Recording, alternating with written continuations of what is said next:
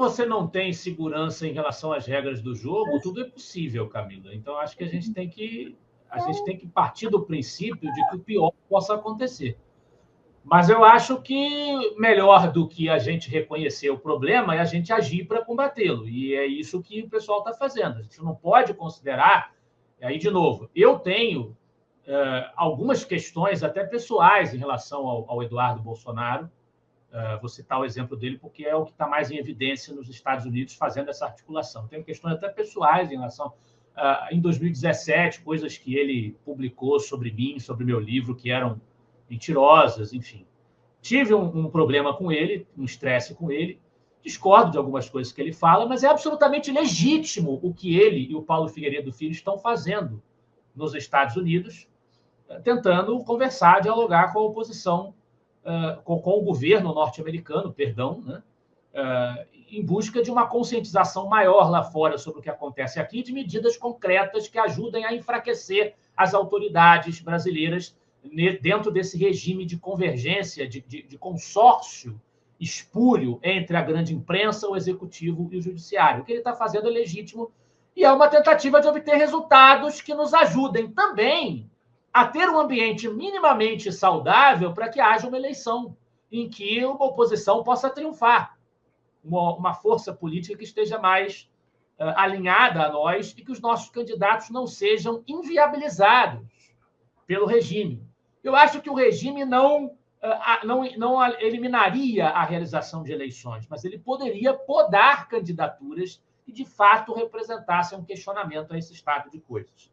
O que o Bernardo Santoro escreve no seu artigo PT e STF versus Trump, a batalha que pode decidir 2026, é que, durante meses, o Trump tratou o Brasil como um apêndice, como uma questão que não era importante no cenário internacional. Ele tinha um sem número de assuntos mais urgentes com que lidar, compreende-se que seja dessa forma, mas que o Lula, como nós dissemos aí ao começo do programa de hoje, resolveu chamar a atenção para si, chamar a atenção para o Brasil com os gestos que ele realizou na declaração dos BRICS, o encontro dele sediado aqui no Rio de Janeiro, nos últimos dias.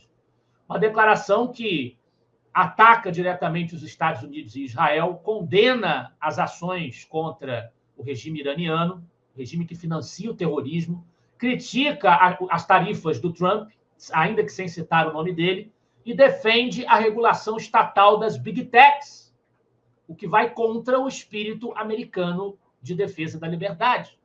E o Trump aí, ele anunciou primeiro tarifas extras, que eu até esqueci de mencionar, de até 10% contra países que se alinhem às políticas anti-americanas dos BRICS. E agora ele anunciou, além da defesa ao Bolsonaro nas redes sociais, anunciou também essas tarifas de 50% especificamente para o Brasil, que nos colocam numa posição de liderança de um ranking nada honroso, o ranking dos países alvos do nível de tarifação imposta aos países alvos de Trump nas suas mais recentes investidas tarifárias. O Brasil está na liderança com esses 50%. A gente está sendo tratado como prioridade nesse exato momento.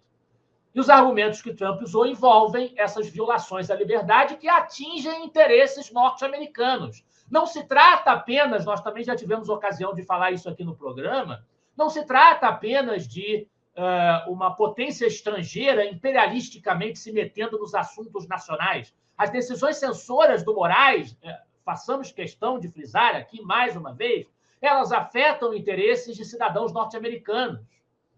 Elas afetam, porque atingem os donos, os proprietários, os empresários que comandam negócios na área de tecnologia, de comunicação, de internet, de mídias sociais, com as suas práticas censoras, e afetam também os cidadãos que estão residindo legalmente nos Estados Unidos e que são perseguidos pela sanha censória de Moraes e seus companheiros.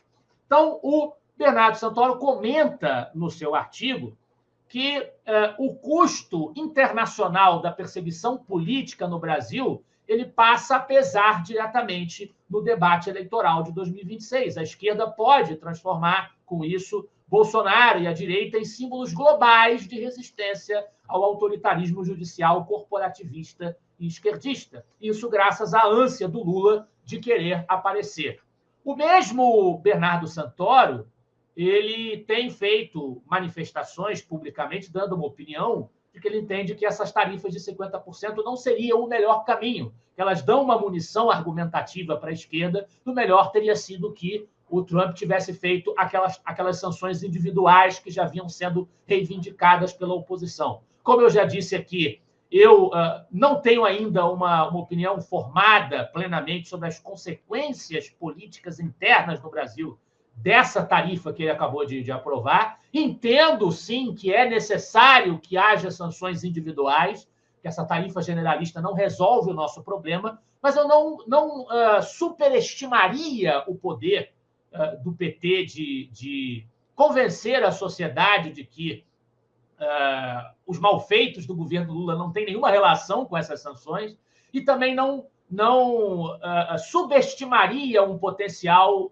estímulo ao empresariado nacional de se mobilizar até ao parlamento brasileiro, de quem sabe, pressionado pelos efeitos dessa tarifação do Trump, se ver constrangido a agir para tentar mudar um pouco o estado de coisas autoritário que nós nos encontramos. Afinal de contas, o Trump não entra numa briga como essa sem ter um pingo de munição e sem ter informação sobre onde ele está se metendo. Ele não é conhecido por ser um negociante inábil, muito pelo contrário. Então, eu teria um pouco de cuidado antes de imaginar que as consequências serão contrárias ao que ele imagina, ao que ele deseja ao adotar a sua política.